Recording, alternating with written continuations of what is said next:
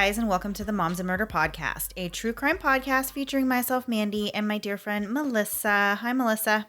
Hey, Mandy, how are you? I'm great. How are you feeling after eating a lot of turkey? Yeah, I ate more of the desserts and cranberry sauce and stuff, but turkey was really good this year too, so I have no complaints. I had a really great Thanksgiving. How was yours? Mine was actually super awesome, but yeah, it was very small, and we basically just had a relaxing day and just ate a lot of food and then relaxed some more. So yeah, couldn't ask for a better day, really. Yeah, I know. It was really, the weather was kind of nice. It was like overcast, but how many freaking Thanksgivings have we had in a row where it's like 95 degrees? Yeah. And we dress for the season, not the temperature. So I'm always like sweating to death in a sweater. And this year I was like, wow, this is kind of appropriate. This is wonderful. So it was a lot of fun. Yes, a lovely mustard yellow sweater it was. Isn't that Me and my what you sister wore? were twins. Yeah. Yeah.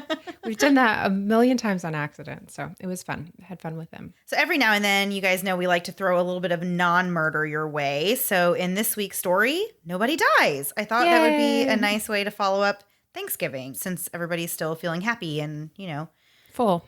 yeah. So this story is still a twisted tale of lies, secret lovers, and attempted murder. The story takes place in sunny San Diego, California, and Melissa is going to tell us all about San Diego in this week's segment of We Googled This City. We still need theme music for that because I play it in my head as we're going in. So San Diego has a population of 1.42 million residents. I knew there was a lot of people. I know we go through this every week. This seemed like a big number. I don't know what that's a lot of people. I think so. I have no idea about things, though. So San Diego is known as a bit of a skater heaven. Some theorize that Avril Lavigne's hit song Skater Boy was about San Diego. They actually don't. But San Diego is home to Olympian Shaun White, and Tony Hawk was actually raised in San Diego.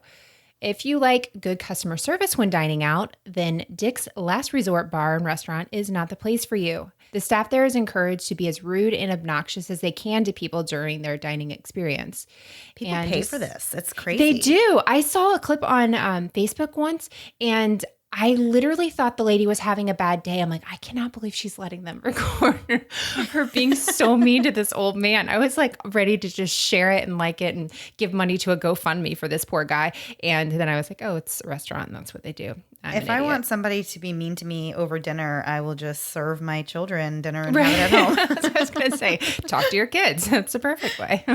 So if there is a Mecca for you, Mandy, out there somewhere in the world, it may very well be San Diego, because San Diego produces more avocados than any other place in the country.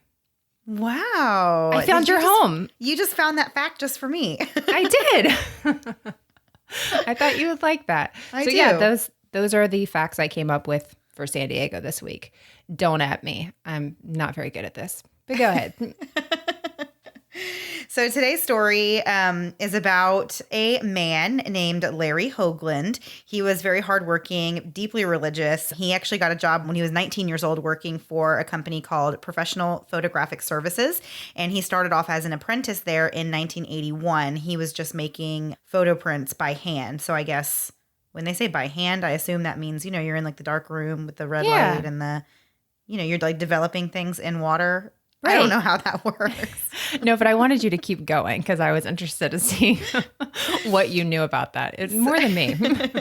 So that's what I'm gathering that he was doing there. He met a woman named Connie, and they got married in 1985. At the time, he was 23 and she was 29. So the couple then went on to have 3 kids named Jill, Jacqueline, and Jonathan. And they kind of lived this perfect family life. Connie actually loved taking home videos, and she took a lot of them. And in all these videos, you can tell it's just a very happy family, really enjoying their time together that they had. And yeah, I mean, it just looked like a dream life from these videos. Yeah. So Larry, of course, being that he was a professional photographer, he was also always taking pictures of his kids and his family. And these kids really just had a camera in front of them all the time. So the family attended church every single week. Larry was actually a leader in the church. They were very, very active in their church. They, as I said before, spent a lot of time together. They took family vacations. They had movie nights. They did everything together as a family. And the kids were all very well adjusted and very happy. And Larry and Connie actually had what their friends and everybody would consider like a happy marriage, a pretty perfect relationship. So Larry actually went on to become a partner at the photography company in 2006, and the family was just continuing to live their perfect American dream life. And they were very upstanding members of the community. They didn't have any enemies to speak of. Nobody had anything bad or negative to say about anyone in this family, really. So as the kids got older, Connie wanted to go back to work. And since she actually loved taking care of kids, she ended up going to work at a home daycare center. And she was kind of caretaker for the toddlers that were there. Then on September 23rd, 2010, Connie was leaving her job at the daycare. It was around 4:20 p.m. And she goes out to her truck, gets in, puts the key in the ignition. And when she tries to turn the car on, instead of starting, it blows up. There's just this explosion. So she doesn't really know what it is, what has happened. I think the assumption is that something has happened with my car, something has gone wrong and some wires got crossed or something. And it was a big explosion. It was so loud that it made Connie's ears ring, and she just instantly felt this excruciating pain in her legs, but didn't, at this point still is uncertain of what exactly has happened. So the force from this explosion actually blew out the windows and bent the roof of the truck upward. At this point, Connie looks out the window of the truck. She's still sitting inside of it. She realizes that the truck is starting to roll and was kind of going downhill. So she just flung the door open and threw herself out of the car and she said that it was like a miracle there was actually a person out there in the street waiting to catch her from falling out of her truck. So shortly after that happened, her friend and the owner of the daycare where she worked had heard this explosion and ran outside to find Connie laying in the street in a pool of blood, and her truck was just rolling full speed down the street. And it actually smacked into her friend's van that was parked there. So a father and police officer that also happened to be picking up his child from the daycare came out to assess the situation and try to offer some help. And one of the things that Connie remembers is asking him if she had feet still attached to her body. And the officer said that she did. And, they were calling her for help, and they were going to take her to a hospital. Imagine that panic though. You're the so whole freaked scene, out. I can't even, I mean, it's like a movie, almost like an action movie. I feel like something that would happen. That does not seem like something that would happen in real life to a person. No, not at all. Yeah. And to have to ask, did my feet blow up? Your state of mind, you're still trying to figure out what happened. You don't even know if body parts are connected to you anymore. You're just in such shock. So the ambulance is at this point bringing Connie to the hospital, and the daycare owner calls Connie's daughter to let her know about this, strange accident that had happened, and let her know that they were transporting her mom to the hospital. So her daughter calls her dad, Larry, and she wants to know if he knows what's going on. And he says, he just found out about this and he would meet them at the hospital. So Connie's friends and family believed that something had malfunctioned in her truck and that it was a freak accident. So nobody knows what's happened, but your first thought is the vehicle, something's just gone wrong. Somebody didn't check their recalls. My husband always has me freaked out about our recalls. He's like, you've had an open recall. You got to get it figured out. And this is what I'm afraid will happen to me. Yeah. Still, I don't bring it because I'm not bringing my kids to a dealership for several hours. Connie's being brought back to surgery, and her foot and her leg had to be rebuilt due to the injuries sustained in the explosion. They were so severe. So detectives found bomb fragments and shrapnel embedded inside the truck, and they knew right away that that's obviously not something that happened with the vehicle. This is an outside source that's caused this, and they realized quickly that it was a car bomb. They questioned really at first if it was terrorist. The daycare center where Connie worked is actually where several police officers brought their children, so they sort of thought, some theories early on where it was somebody trying to kill one of the officers or kill one of the officers' children. And maybe Connie was just, in the wrong place at the wrong time sort of situation, or they got the vehicles confused. So they call the bomb squad in and they begin searching for secondary bombs in the area. Rumors are swirling at this point that the explosion had been caused by a pipe bomb. And one of the bomb squad members remembered that he had worked a different investigation 2 weeks prior where a pipe bomb had been discovered on the street near the Hoagland home. They had found a small device inside of an envelope, and there was a detonator that was linked to a cell phone. The bomb squad's robot was sent in to disarm that bomb. Then, upon inspection of the cell phone detonator, they discovered that the phone had 18 missed calls, meaning whoever was trying to set this bomb off tried to set it off 18 different times. So they knew this was really the real deal, and the bomb squad realized that a faulty wire was the only reason that bomb didn't go off. So 2 weeks prior, can you imagine? And I don't remember this. Did the Hoaglands know about this bomb whenever, they found it in the road? Like, did people in the area know about it? I didn't read anything that said that it was like public knowledge, but I imagine with stuff like that, though, it's one of those things that, I wonder if it did make the news. I really don't know. Yeah. Because they didn't act like they had known about that prior. But I feel like with bomb squad investigations, like you're not going to hear about every single incident, that they have. So the only reason that it comes up is because now there's been this second, right, incident. Secondary one for sure. The coincidence of these two bombs was initially overlooked because two different teams had investigated it. So one guy had been at both scenes, and he is the one who connected the dots, which is incredible. One of the police detectives on the scene, Christopher Everett, said that the cell phone detonator device that was connected to this pipe bomb was actually the first one they had even seen like it in the U.S., and they knew that those types of bombs were typically found in war countries, and they saw them a lot in Iraq and Afghanistan. So that interesting little fact alone started kind of gathering attention of a lot of people. So a lot of people are now wondering definitely what is going on? Like, what is the deal with this bomb? Right. So there was another interesting fact that will come up again later, but alligator clips were actually used to hold the wires of this bomb together. And the bomb squad officials were saying that usually people who make bombs will just twist the wires together. I really don't know how bombs are made, but I feel like that is how they make it seem in the movies. Makes sense. Yeah. Yeah. So the alligator clips, those are those things, right? That like, I'm going to sound stupid now. Like if you're doing something with your pool or whatever, or like your chair, and you can clip like your sheet thing on it. That's what I'm thinking they are. That's in my mind. That's what they do. They probably serve better That purposes. sounds like a clamp. I don't know. Oh, I'm sorry. I'm getting clamps and clips confused now. But I feel like that would be like excessively big. It'd be a little husky, I gotta admit. Might not be the first thing you want to grab in your bomb making kit, but all right, well, let's keep going. Okay.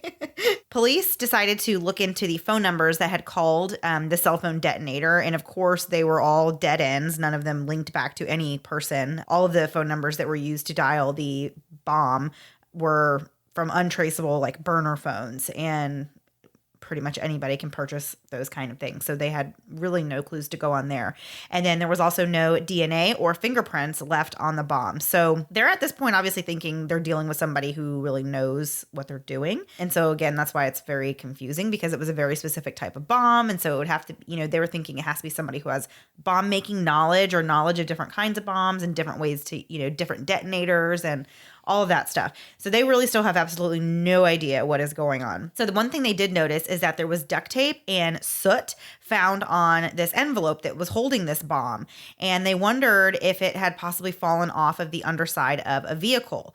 So all of these things together made the explosion in Connie's truck seem a lot more suspicious whenever you start thinking about, there was this similar bomb. We found it on the street. Seemed like it came off of someone's car. And now we actually have a vehicle explosion with this type of bomb. They started to think maybe that it was not the work of terrorists, but maybe it was actually a personal attack on someone. So then at this point, the detectives randomly get a visit from an old colleague. And it was the former commander of the bomb squad who no longer worked for them.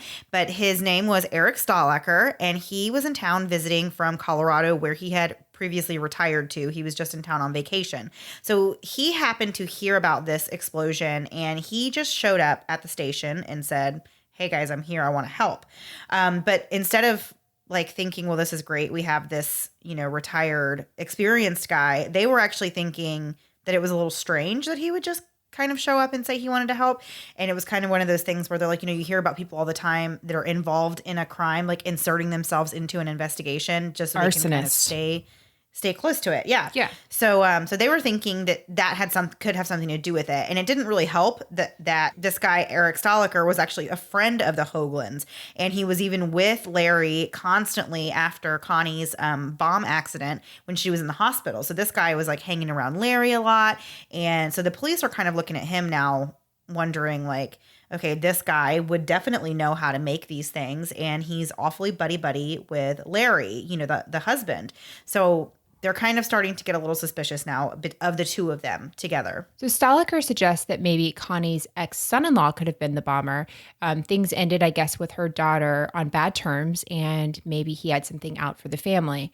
But when police find the ex-son-in-law, he's living in Las Vegas and has a solid alibi for the night of the murder, and he has really nothing bad to say about Connie. So detectives become even more suspicious at this point of Stoliker. So Connie was in the hospital for 35 days and was recovering from severe burns and broken bones. When she was first brought in, doctors struggled to control her bleeding as she had severed several arteries, and a titanium rod was put into one of her legs because her tibia was completely shattered. She had pieces of shrapnel lodged in several places, and doctors were fearing really infection at this point. As days passed and Connie's flesh dried, they would have to remove it in a process called progressive necrosis. And the damaged tissue was being removed to save the new healthy tissue. Connie had to do skin and tissue grafts. My father-in-law had to do that several years ago before I met my husband. And it sounds like the most terrible thing you could ever go through. And like, that just seems like an area where everybody's screaming the entire time because it's so incredibly painful. So I can't imagine that for her. At one point during her treatment, she actually had an embolism, which threatened her life. And so while this is going on, police are making new connections and discoveries in the case, unbeknownst to Connie. So police visit Connie in the hospital to question her, and Connie, repeats what everyone's really said, that she has no enemies and she has no idea why anyone would do this. Detectives knew, and they told her that they believed it had to be someone that knew her well, that knew her routine, and also had access to her vehicle. And this is really a pretty short list. So Connie said she had no clue who it could have been, and nobody that she knew that well would ever do this to her. When she was asked about her marriage, she said that everything was fine, but everything wasn't really fine. Detectives were quickly building up a case against Larry, and things were serious enough that he wasn't allowed to have access to her hospital room. Was that from the very beginning, or that's like after a couple of days? I think this is after a few days, after they're starting to kind of piece things together. Okay. So Connie has 2 sheriff's deputies that are actually guarding her room. And how confusing for her, like you're in this, terrible situation and you want your spouse, you don't want to be by yourself. And now the police are saying your spouse could have something to do with this. So the only way that Larry was able to talk to Connie was by calling one of his daughters who would be in the room with her. On a call just a few days after the explosion, he called and wanted to tell his wife 3 things. Number 1, just want to let you know I'm having an affair before it comes out. Number 2, I've been dedicated to you since Thursday, which was the day of the explosion, meaning like no one but you since last week. Since this happened. Yeah. Oh, thank you. While you've been in the hospital. Okay, yeah, I don't even we get could have that. skipped number 2 there, Lair. And then number 3, I didn't do it. So Connie just hangs up the phone, but instantly feels in her gut that her husband had been the one who had been behind attempting to take her life. I just cannot imagine even having that realization. But in one of her interviews that she did for a documentary TV show, she just said like, as soon as he said I didn't do it, it's like one of those things. I feel like it's like a child telling you like, it wasn't me or I didn't do it, and you're just like, yeah, that means you did. Like, kind of thing. And so that's kind of how she described it. Like she was like, well, as soon as he said that, it's like just made her skin crawl really. Like she was just like, oh my gosh, like you did do this, Yeah, I can't imagine. That's like a lot of bombshells, no pun intended, to have thrown at you at one time. Like, sorry, having an affair. Also, I didn't try and kill you, but maybe I did. So Yeah, very, very crazy. So this story gets even more intense, and we can't wait to get into all of it. But first, we're going to take a quick break for a word from this week's sponsors.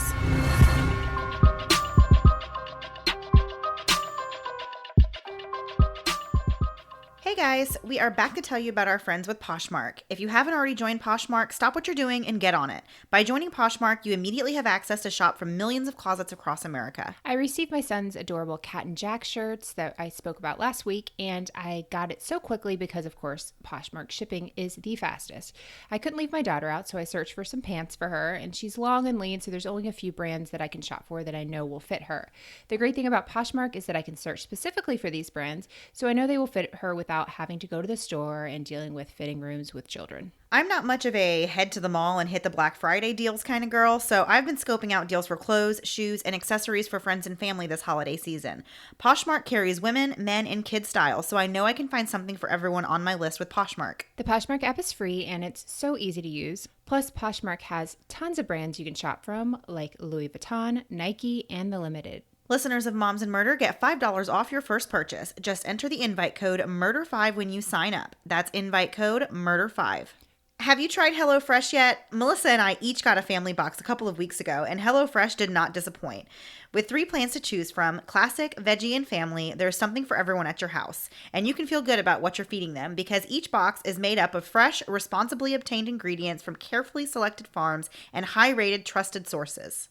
I am not a cook, even a little bit, but with HelloFresh, I can feel confident when cooking because HelloFresh provides simple recipes outlined on pictured, step-by-step instruction cards. HelloFresh makes it so easy for even those of us that are more Julia Gulia and less Julia Childs because all ingredients become pre-measured in handy labeled meal kits so you know which ingredients go with which recipe. This week, we both tried and loved the pork bulgogi meatballs with zucchini and carrots over rice. My kids went absolutely crazy for these meatballs.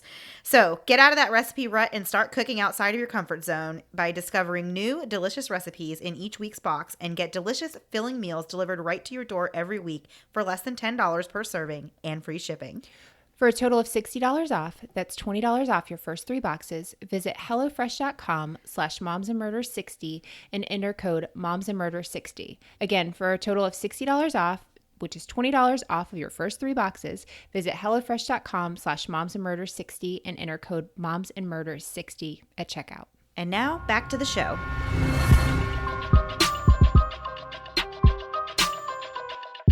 So at this point, we have Connie in the hospital, and she has just learned about her husband Larry's affair, and the police are also now investigating Larry as a suspect in this terrible bomb explosion. So things started happening very quickly at this point in the investigation. The police had decided to bring in Larry's friend and former bomb squad commander that we mentioned earlier, Eric Stahlacker. They wanted to ask him a few questions, obviously, but before they could get him in, they actually received another phone tip. And it was a call that came in from Larry's business partner who was telling the police that he had actually found searches on the shared computer that they have at their office. And he actually learned that Larry was looking up bomb making videos and watching these videos and going to these different websites, instructional videos, and making internet searches on how to, detonate a bomb or bomb detonator tips and things like that. He was looking up on the office computer. Like, I'm sorry, but there is some element of dumb criminal here. Well, here's the thing, Mandy. You and I don't technically share a computer, but we do share, like when you're logged into Google, we can see each other's searches. And I'm always terrified Mandy is going to ask me why I've listened to the same song on repeat on YouTube. It's been a while since I've had a baby of my own, and some days I miss it so much. The baby cuddles and baby smiles, but when it comes to diaper rashes, not so much. I remember the first time my oldest had a diaper rash, I was really devastated. Here's this tiny thing totally dependent on me, and now she's fussy and obviously uncomfortable, and I'm supposed to have the answers. Well, with time and treatment, it went away, but what I really wanted was to avoid it altogether. And now, baby butts rejoice. New Huggies Skin Essentials are here, a brand new dermatologist-approved line of diapers, wipes, and pull-ups training pants, all designed with baby's sensitive skin in mind. The wipes are thick and have 0 harsh ingredients for a great, gentle clean. Pull-Up Skin Essentials has got your big kid covered too, with a training pant that's ultra soft and breathable to help protect sensitive skin throughout potty training. Whether you're a first-time parent or a seasoned pro, make it easy on yourself and your baby with Huggies. Learn more at Huggies.com. Once again, head to Huggies.com to learn more. It's so funny because sometimes when I do go to Google, because the Moms and Murder account is my default, but when I go sometimes and click on that little box and I see the recent ones that pop up, and sometimes I am like, I forget and I'm like, when did I search for that? Or I know I didn't search for that. Urban songs to play on repeat all day long while crying. That doesn't sound like me. No. Police wanted to take a look, obviously, at this computer and exactly what Larry had been looking up, allegedly. And they learned that he had viewed these videos to make the same exact type of bond that they had found. So, but they also, without Larry even having to tell them or without even questioning him, they also found out about Larry's affair because they found love letters between Larry and his, other woman. Her name was Leanne. So Leanne was actually a woman from Larry's past, their way, way, way distant past. They were actually high school sweethearts. And Leanne had gone off and gotten married to another man, and she was married over 20 years. But her marriage was actually falling apart. And she, I guess one night just said, you know who I'm going to look up? My high school boyfriend. She did that. And she actually didn't find him like on Facebook. She found him through his company's website. And so she actually called him up one day at work, which you just have to really want to talk to someone from your past. I feel like that is a lot. I feel like the Google search was a wine decision, but the phone call. But calling his job to get a hold of him, like, what are you going to say? I don't know. That is just very strange to me. No kidding. So the spark between them, though, was pretty much reignited instantly, and they began talking frequently. And at this point, Leanne didn't feel like she had any expectation for a relationship, she says. But then they just decided to throw caution to the wind and have a day where they met up with each other. They actually each traveled for this little trip. They met up in Indianapolis, and it was just for one day. It was just a quick trip in and out. And so after they did this, of course, Leanne wanted more out of their relationship. She wanted to move forward with it, and she had pretty much at this point decided that she was going to leave her husband. So Larry told Leanne that he was also going to get a divorce from Connie, but the problem was that he never told this to Connie. And he was continuing living his normal life with her and the kids, and she had absolutely no idea that her husband was having this affair and telling this, saying that he was going to be leaving her. She had no idea. So in a very bold move, Larry came up with a story so that he could actually start spending more time in Pennsylvania where Leanne lived. He told Connie and the kids that he had gotten a photo contract in Pittsburgh and that his friend Bob, who lived there, was going to help him out with businessy related things and teach him photography skills. How long has this man been a photographer that he needs somebody teaching him new tricks in a different state?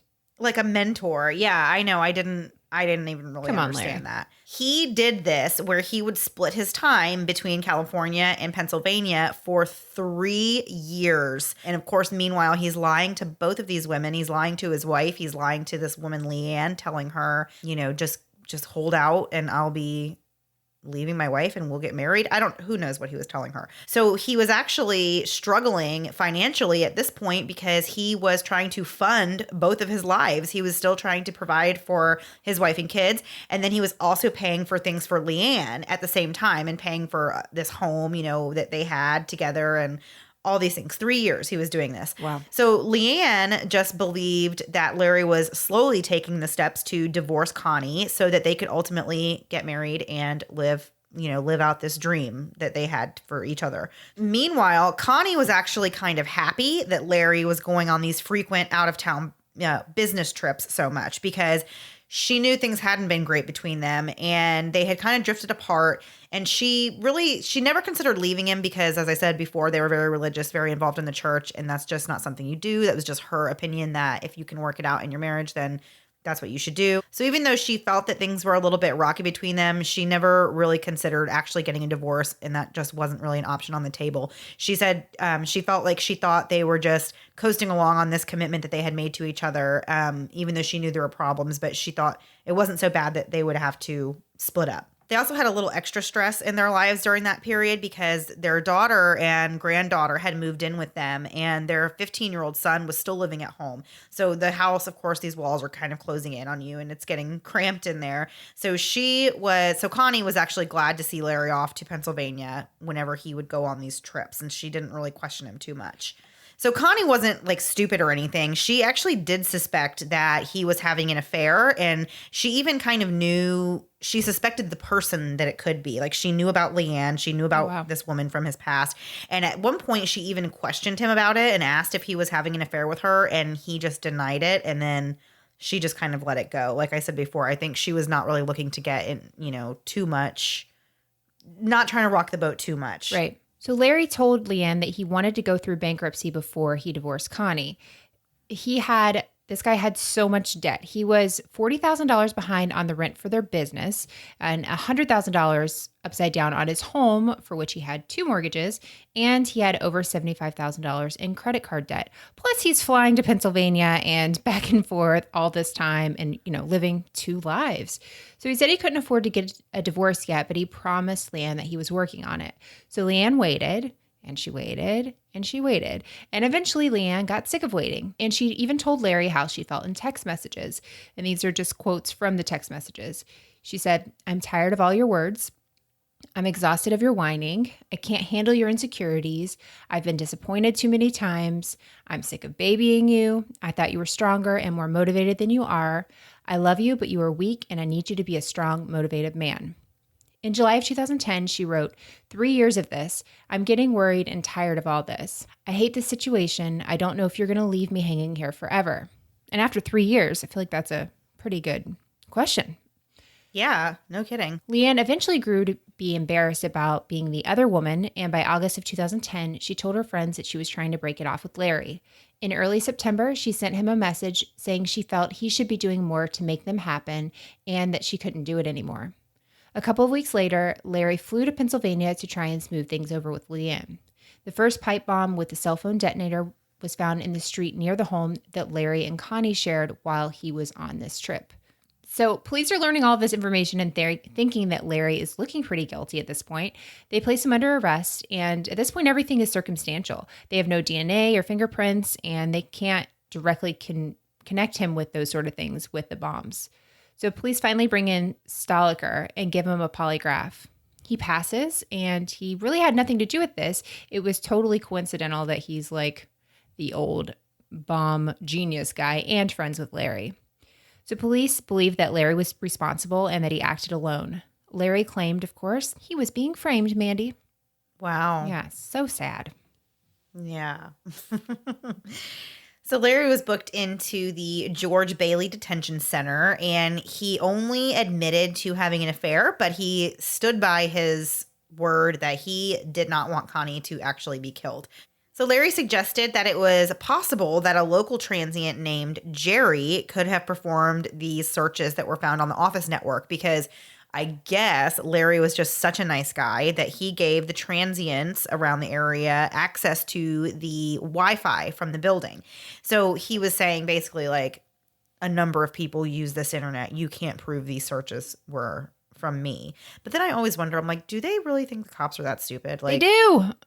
Honestly, like, people think everyone is so stupid in these things. It's ridiculous. Because it's like, honestly, yeah, but out of like 4 people, you're the only one who knows someone who actually was affected by a bomb recently. So it definitely doesn't look very convincing. So the police wanted to look into the Jerry story, but in the meantime, they were searching through Larry's wallet and they started looking for more clues. So his wallet was basically like a receipt dumpster. The police were saying this thing was like so thick with just like papers like inside your wallet, which, you know what? I totally get it. The inside of my purse is nothing but receipts and pieces of paper. Like, right. I still don't understand.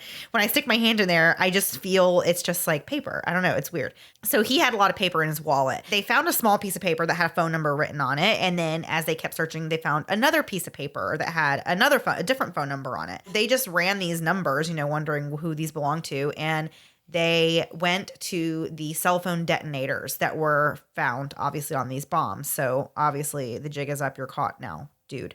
Dude. He had another explanation, though, for the phone numbers. And he said that this guy, Jerry, who they have yet to even confirm exists, he said that Jerry actually gave him those phone numbers and told him that this was his phone number and his wife's phone number.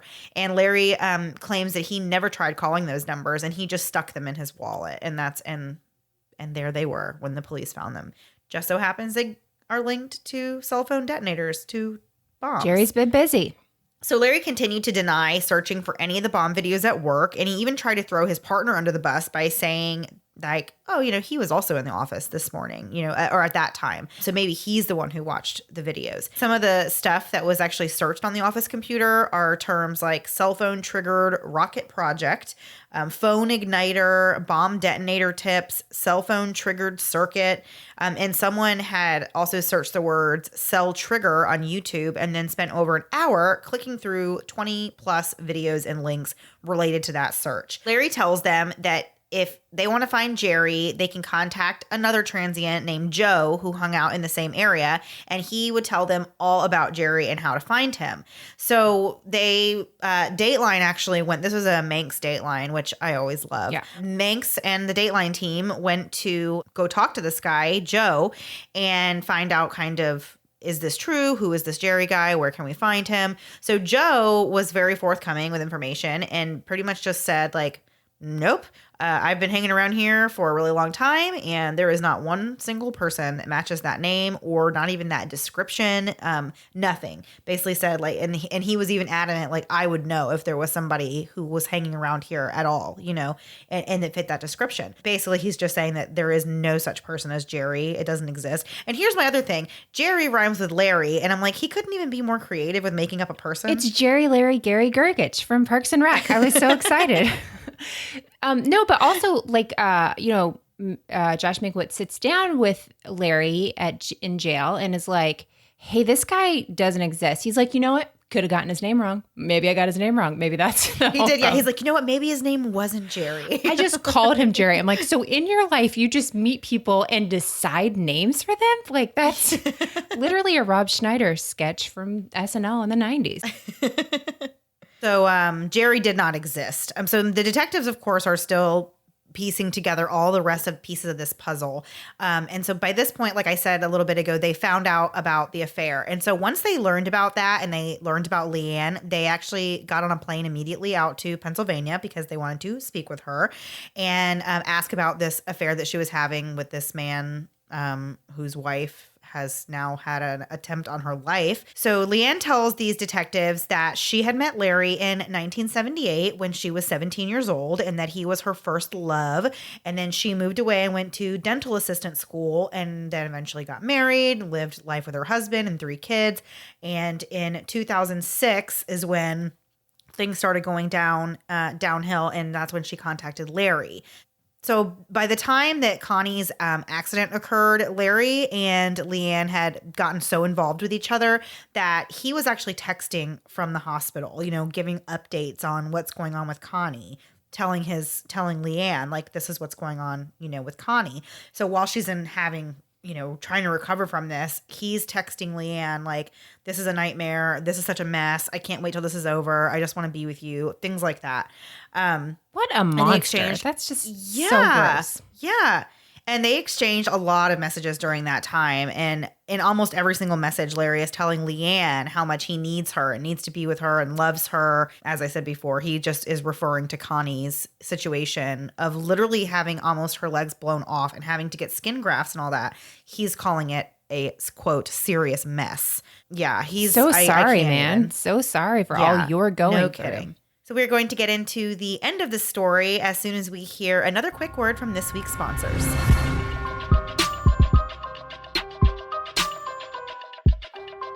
We've all heard the saying, when life hands you lemons, you just make lemonade. But what if those lemons are rotten and there's no sugar to be found and now you're left with a cup of sour lemon juice? Things aren't always unicorns and rainbows, and we sometimes need someone to talk to. BetterHelp Online Counseling is there for you. Is there something that interferes with your happiness or maybe something that's preventing you from achieving your goals? BetterHelp has you covered. BetterHelp offers licensed professional counselors who are specialized in issues such as depression, anxiety, relationships, trauma, grief, and more. You can connect with your professional counselor in a safe and private online environment.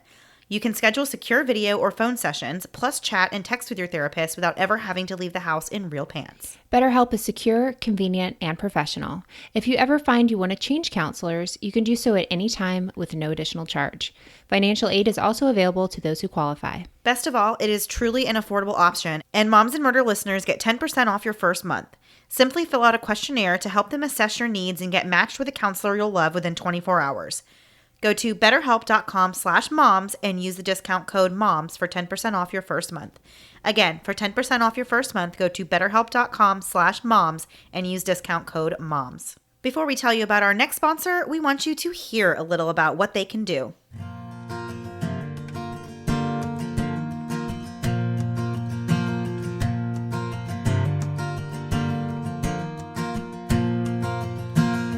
Been friends for a few years since that first playgroup date. Love how much you love your chickens, run around your zoo all day. Drink my Diet Coke, wear my sweaters, no matter how hot it is. But hey, you stand by me anyway.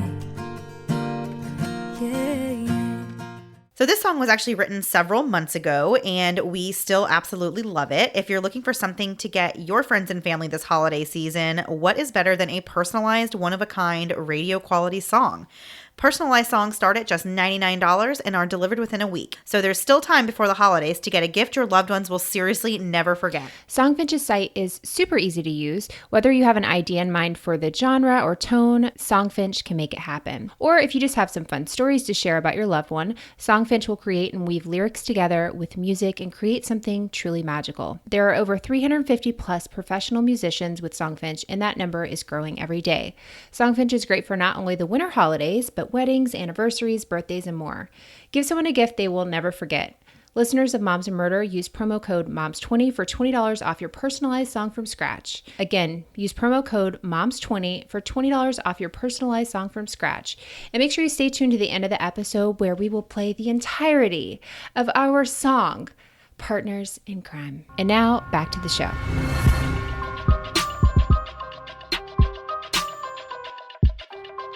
So to recap, police have now flown to Pennsylvania to speak to Leanne about the affair that she and Larry had been having for over 3 years. So Leanne had no idea that Larry was still living in the same house as Connie until the police told her 5 days after the bomb blast. This was a shock to her, who had no idea that Larry would possibly be planning something like this. So a week before the bomb went off, Larry texted Leanne that he loved her, and in one message, he was on his way to go to the electronics store to buy alligator clips. Electronics store probably does not carry beach stuff. I'm going to rescind my initial guess of what an alligator clip is. So this was super interesting since alligator clips were used in both the pipe bombs, as we discussed before.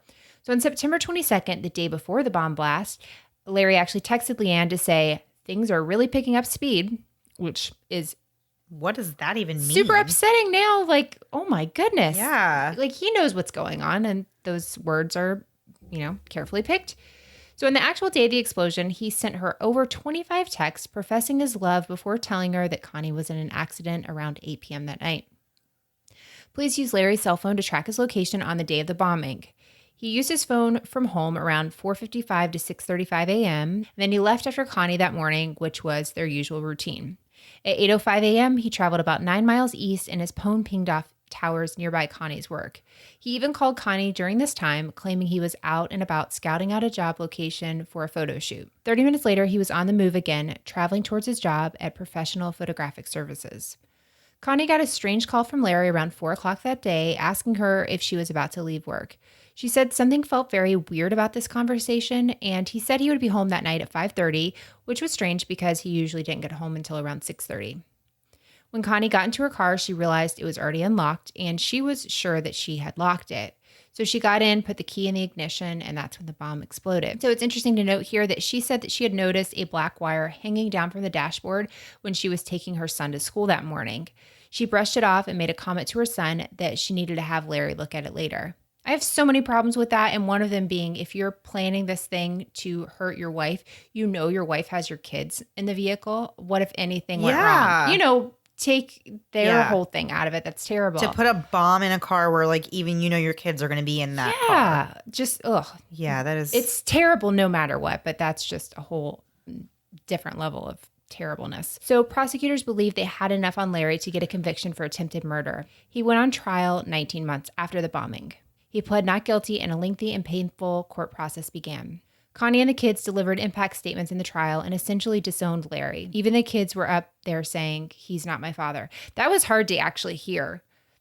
Yeah, I know. For me too. Whenever they were like, like the girls were like, he's like, I am not his daughter and he is not my father. And you understood yeah, it, but they have this whole life. They've had this whole life with him. And now they're like, nope, not anymore. Just, it was Yeah. really rough. So Larry's defense was that he was being framed by the mysterious man named Jerry. Jerry or Gary. Larry's lawyer argued that the evidence was all circumstantial and did not prove his guilt. He said there were differences in the 2 bombs and that Larry had planned to leave his wife quietly, basically by ghosting her, but that he did not want to kill her. But he had 3 years to leave her and he never got around to it. And yeah. as Leanne's texts are getting more and more anxious, then this happens. Come on, man. So Larry actually told the judge that he was not a killer and that the real people responsible for this were still out there and needed to be hunted for. So Connie actually said in court that she thought Larry had tried to kill her other times by putting poison in her coffee and trying to smother her with a pillow. What? Yeah, how has this never come up? How do you think someone is attempting to smother you with a pillow? Yeah, they either have a pillow over your head or not. Nothing against her. I mean, he could have just said, I was playing or something, but that's terrifying. And honestly, Yeah. probably all those things to her, when by the time he said, I didn't do it, it was like, oh, well, there's a few more things that you may have tried to do. So, Right. Yeah. So the jury found him guilty of attempted murder, and then 1 month later, he was sentenced to life in prison. Connie was able to regain the ability to walk within 2 years and was given the Citizens of Courage Award from the San Diego County District Attorney's Office. She and the kids are living a happy life and say that they are stronger as a family now. And Connie pretty much just says that she's just happy to be alive, which, of course, I can just imagine. Wow, yeah. Friends, family, and fellow church members and Larry's boss were all stunned by Larry's actions and just really in disbelief and saying they just could not believe that he would do something like that and that he never seemed like the kind of guy who would ever try to hurt his wife or his family or do anything like this. And one woman was quoted as saying, "It is very confusing. That's all I can say. Larry was the kind of guy who would pass up job offers just so he could stay connected with his family." Larry's boss said that he couldn't imagine Larry building a pipe bomb and that he was just a very well-liked, he was the ideal employee and was very well-liked by everyone. Literally everybody was shocked by this whole thing. Man. So last week we mentioned our friend Serena had several good questions, and this is a longer episode, so we'll just pick one for this week. And the one we picked for this week will only embarrass ourselves, but it was, what is the dumbest way you've been injured? Mandy. So I actually broke my foot. I was in about 7th grade. And this is actually kind of a funny story about my dad also, which I always love telling stories about him because he's not here now. We had gone outside. Okay, so I don't know if you remember back in the day, like in the 90s, it used to be really popular to have big slides, but they were made out of metal. Like it was a metal slide. Right? Do you know what I'm saying? Are you saying like at a as park part of or our- something, or just at your house? Well, we had it at our house. It was at our house in our Oh, you were backyard. Like my rich. parents had gotten us a slide and a Yeah. No, we were not rich. But it was a metal slide and it was very tall. And I mean, it was honestly the worst invention. I don't know who would do that. It just got so hot, like you couldn't even go down it. It was just terrible. But anyway, so we had this slide in the yard and we had taken it apart, and so it was just leaning up against the privacy fence between our yard and the neighbor's yard. One day we were outside, me and my dad, and like we had seen this raccoon with like babies like holding onto its back or on its neck or something. And it was like climbing over the fence. So my dad was like, let's go over here and stand up on this slide that's propped up and we'll just like look over the fence and watch this thing. I don't know why we thought this was a good idea. My dad apparently liked animals just as No much as I kidding. do. So we do. So we go. I'm like standing next to the fence, and my dad starts standing up on top of this slide thing that's just leaning against the fence. And all of a sudden, it like falls, and like my foot is right there. And so the weight of this whole slide plus him comes slamming down on the top of my foot. And I just remember being in like the most intense pain and just like, obviously we went to the emergency room and they're like, yeah, your foot is broken. So I had to end up getting a cast and walking around like having a cast at school for like 8 weeks or whatever.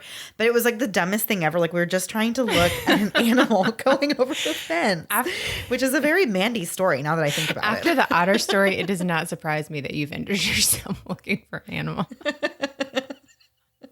That's so perfect. So I told my husband, I'm like, oh, have I ever injured myself in a stupid way? And he literally listed like 5 things in a row. So I just had to pick one. We were walking in Altamont Springs, which is near Orlando, and at Crane's Roost, and you know how they do all the Christmas lights and stuff, and it's like a 1 mile loop. And I had like quickly, my daughter was maybe 2, and I quickly met my husband and my in-laws up there, and we were gonna walk the loop. Well, I was wearing really cheap shoes, but like dress shoes, and so we're walking, and I slip like on the bridge thing and catch myself and realize like right away, oh my gosh, I just hurt my elbow. And I stand up and I start feeling really woozy. And I say to my husband, like, I might have broken my arm. And he literally, maybe this is just a mean story about him. He literally looked at me and said, okay, you got to shake it off because we still have half a mile to walk. I was like, that's like my favorite thing. If he gets hurt now, I'm like, just shake it off. And so I had to walk in these same slippery shoes half a mile to get to my car with my arm throbbing. My daughter's crying because she's very upset that I got hurt. And I'm like, I'm fine. I'm totally fine. And it's freezing, so I can't take my shoes off and walk. And the whole time I'm like, I'm going to hurt myself again. But I worked for an orthopedic surgeon. So when I got home, I texted him and was like, hey, I can't straighten my arm. Should I keep trying? And he's like, are you stupid? Like, don't. You broke your arm. Like, stop doing that. But the bummer was I worked for an orthopedic surgeon. I got no time off work because he's like, you can still work with your other hand. You'll be fine. I'm like, no sympathy whatsoever. I just love that. But yeah, the big thing at my house, if somebody's hurt, I'm like, shake it off. You'll be fine.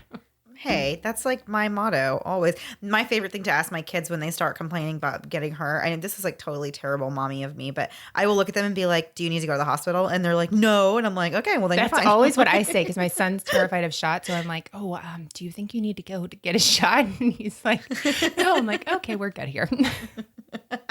Although even if he needed to go to the hospital, if I said that, he would probably be like, no, bleeding out of his head. No, I'm not doing it. These are, man, I've made my husband and my family look terrible. Okay, those were great. Thank you so much for that question, Serena. And we will be back again next week. One quick thing I did want to mention before we got out of here for today, if you are part of our Facebook group and you have signed up for the Secret Santa gift exchange that we are doing, I wanted to let everybody know that we do have a subgroup for the exchange. It is called Moms and Murder Secret Santa 2018 ! And if you guys want to check that out, if you're already part of the exchange. If you're not part of the exchange, I'm sorry. It is too late to join it this year. But you can join our Facebook group, Mum's the Word, and hopefully be around for it next year. But if you have joined this year and have not joined the subgroup, please do so. That is kind of where we are keeping track of who has shipped their gifts, who has received their gifts. And there's just a lot of Christmas cheer going on in that group. So please check that out. And thank you guys so much for participating. Before we go, we're going to play a promo from our friends with Crime Sphere. Check that show out if you haven't before. Also, I forgot. I was on Tales of the Fandom with our friend David, and I talked about my favorite fandoms, which were The Office, Parks and Rec, and reality TV. Highly unlikely that Mandy will listen to it. But I already listened to it. You did. Remember? I'm sorry. I'm sure that had to be torture for you, just me talking about those things. You're like, I have to hear this all the time. So check that out if you want to. And also, we're going to play the Songfinch song in its entirety, Partner in Crime. We love this song so much. Please, please, please check them out and consider them if you are looking for Christmas gifts or holiday gifts for friends and family. Have a great week, guys. Bye. Hi, this is Jamie Rice. And this is Mike Morford. And we'd like to invite you to check out our podcast, Crime Sphere. In every episode of Crime Sphere, we discuss what's happening in the world of true crime news and media. Whether it's the new true crime TV show everyone's talking about, or that fantastic Netflix documentary that you're ready to binge on. Or maybe it's that exciting podcast that you need to know about. Whatever it is, we've got you covered. And on Crime Sphere, we bring you in-depth interviews with some of the biggest names in true crime. Like the one with Paul Holes, who helped bring down the Golden State Killer. And, it was very satisfying to be within Sac Sheriff's office and seeing D'Angelo being brought in handcuffs and being tucked away in that interview room. Or the one with attorney David Rudolph, who represented Michael Peterson in The Staircase. And on there, I give a sort of my inside view on each of the episodes of The Staircase, and the final one is my view on the owl theory. It might even be a talk with one of your favorite true crime podcasters. Justin and I were basically the first to have two hosts covering true crime, and we kind of had to learn as we went. You never know who's going to drop by CrimeSphere to talk some true crime. New episodes of CrimeSphere drop every other Thursday, and you can find us wherever you listen to podcasts. Be sure to subscribe today and don't miss an episode.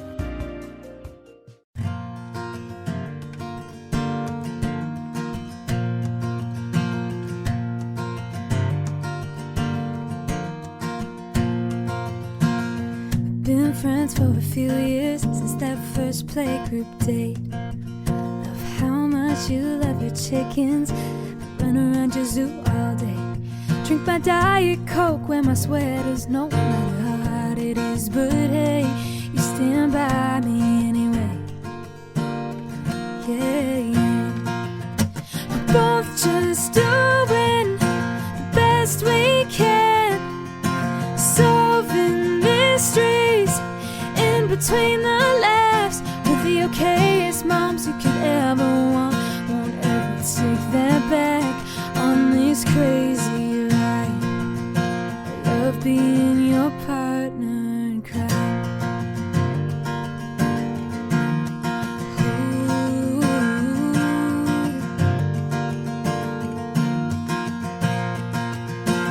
The gym's getting us nowhere, but it's no waste of time. 'Cause anytime we're together, I smile right up to my eyes. I love my reality shows, you your rabbit holes of conspiracies in our lives, but we still get along just fine. Ooh. We're both just doing the best we can, solving mysteries in between the laughs. We're the okayest moms you could ever want. Won't ever take that back on this crazy ride. I love being your partner in crime. Ooh.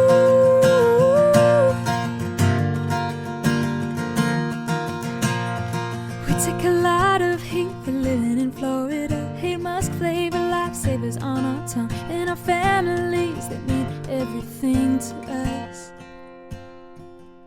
We're both just doing the best we can, solving mysteries in between the laughs. With the okayest moms you could ever want. Won't ever take that back on this crazy ride.